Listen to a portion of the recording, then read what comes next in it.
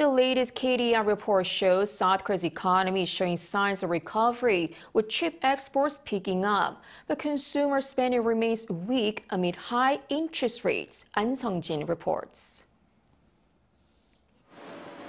Despite a slowdown in domestic demand, South Korea's recent economy has been slowly recovering, driven by the chip industry and exports.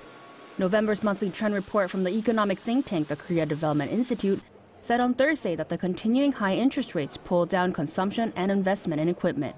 Retail sales saw a greater on-year decline for most consumer goods, including automobiles, home appliances, food, and clothing. As consumer spending dampened, the Consumer Sentiment Index also fell by nearly 1% on-year, suggesting a possible continued sluggish consumption. However, as international oil prices fell, the pace of inflation has been gradually easing. Overall industrial production for October saw moderate growth of 1% on-year, despite fewer working days and a slowdown in sectors relying on domestic demand. Industrial production was mostly pulled up by high growth in the chip industry as chip prices start to rise. This on the back of a rise in demand for the latest smartphone models and AI server products.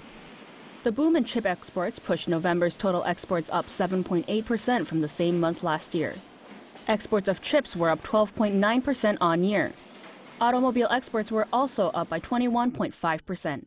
By country, the trade value of exports to the United States continued an upward trend from a 17.3% on-year increase in October to a 24.7% increase in November.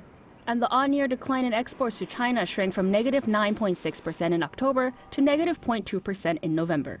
The trade balance improved from a surplus of $1.63 billion to a surplus of $3.8 billion as the exports maintained a moderate growth and imports declined. Ahn Sung-jin, Arirang News.